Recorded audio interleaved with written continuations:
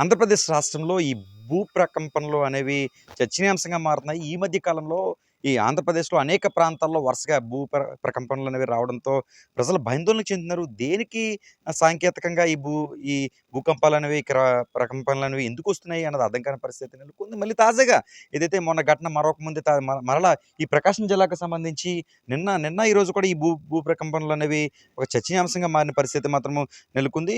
ప్రధానంగా ఈ మండలానికి సంబంధించి ముఖ్యంగా తాళూరు మండలంలో గంగవరం, తాళూరు, రామభద్రపురంలో ఈ ప్రకంపనలనేవి వచ్చి మండలంలోని శంకరాపురం, పోలవరం, పసుపుపల్ల, వేంపాడులో ఈ ప్రకటనలొచ్చాయి. అయితే అక్కడ ఒక్కసారిగా ప్రజలంతా కూడా భయాందోళన చెందిన పరిస్థితి నెలకొంది.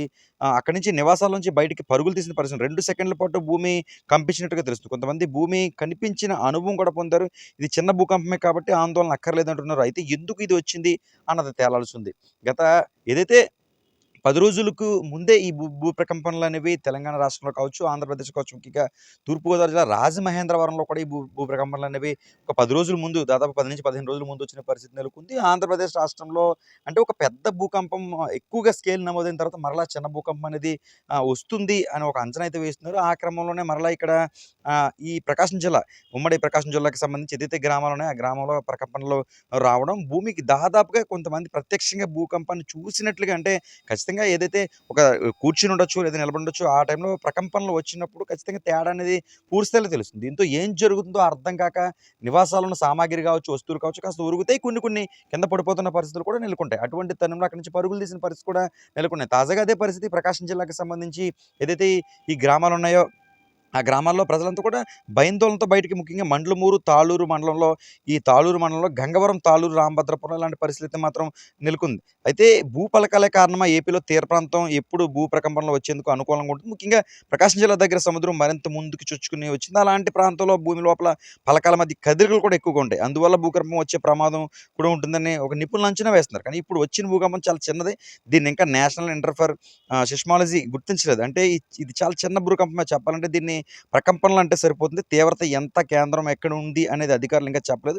దీనికి సంబంధించి మరిన్ని వివరాలు తెలుస్తుంది. నిజంగా చూసుకుంటే తెలంగాణకు సంబంధించి మలుగు భూకంపం తర్వాత డిసెంబర్ 4, 2024 తెలంగాణలో మలుగు జిల్లాలో స్వల్ప ఈ భూకంపం అనేది వచ్చింది. అది స్కేల్‌పై 5.3 తీవ్రతను చూపించింది. ఆ భూకంపం తెలుగు రాష్ట్రాలతో పాటు మహారాష్ట్ర, ఈ ఛత్తీస్‌గఢ్ ఇతర రాష్ట్రాల్లో కూడా ప్రకంపనలు పుట్టించింది. అది వచ్చిన 3 రోజులకే డిసెంబర్ 7, 2024 మరో భూకంపం మహబూబ్‌నగర్ జిల్లాలో మండలం మధ్యాహ్నం 12:15కి వచ్చింది. దాని తీవ్రత కూడా స్కేల్‌పై 3.0గా నమోదైంది. ఆ భూమి లోపల 10 కిలోమీటర్ల వచ్చిన పరిస్థితి నెలకొంది. ఇలా ఈ 2 భూకంప తర్వాత మళ్ళీ తెలుగు రాష్ట్రాల్లో ప్రకంపనలు రావడం ఇప్పుడే జరిగింది. అంటే 20 రోజుల తర్వాత ప్రకంపనలు వచ్చాయి. అయితే మలుగు భూకంపానికి ఇప్పుడున్న వచ్చిన ప్రకంపనలకు సంబంధం ఏదైనా ఉందా? అంటే భూగర్భ శాస్త్రవేత్తలు చెప్పినట్టే జరిగింది. ఒక పెద్ద భూకంపం వచ్చిన తర్వాత ఖచ్చితంగా చిన్న భూకంపాలనేవి వచ్చే అవకాశాలున్నాయని శాస్త్రవేత్తలు చెబుతూ ఉంటారు. ఆ తరుణంలోనే ఈ ప్రకంపనలన్నీ వస్తున్నాయా అన్నది అర్థం కాని పరిస్థితి. దేనికి సంకేతం? వరుసగా ఈ బురు బు ఈ ఏదైతే ఈ భూకంపాలు దేనికి సంకేతం అనేదైతే మాత్రం అర్థం కాని పరిస్థితి నెలకొంది. ఒకసారిగా మరలా చర్చనీయాంశంగా మారింది తెలుగు రాష్ట్రాల్లో.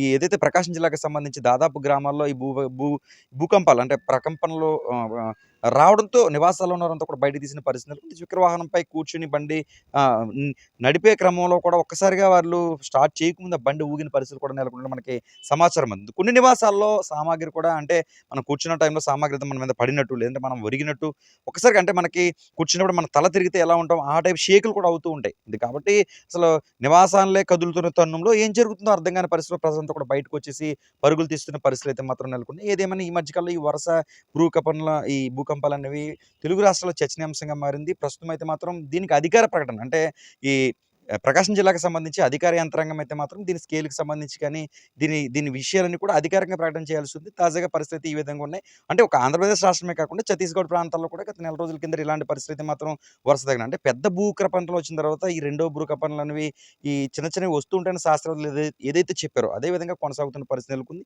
ఈ ఘటనలకు సంబంధించి మరిన్ని విషయాలు తెలియాల్సి ఉంది. న్యూస్ 18 సూర్యప్రకాష్.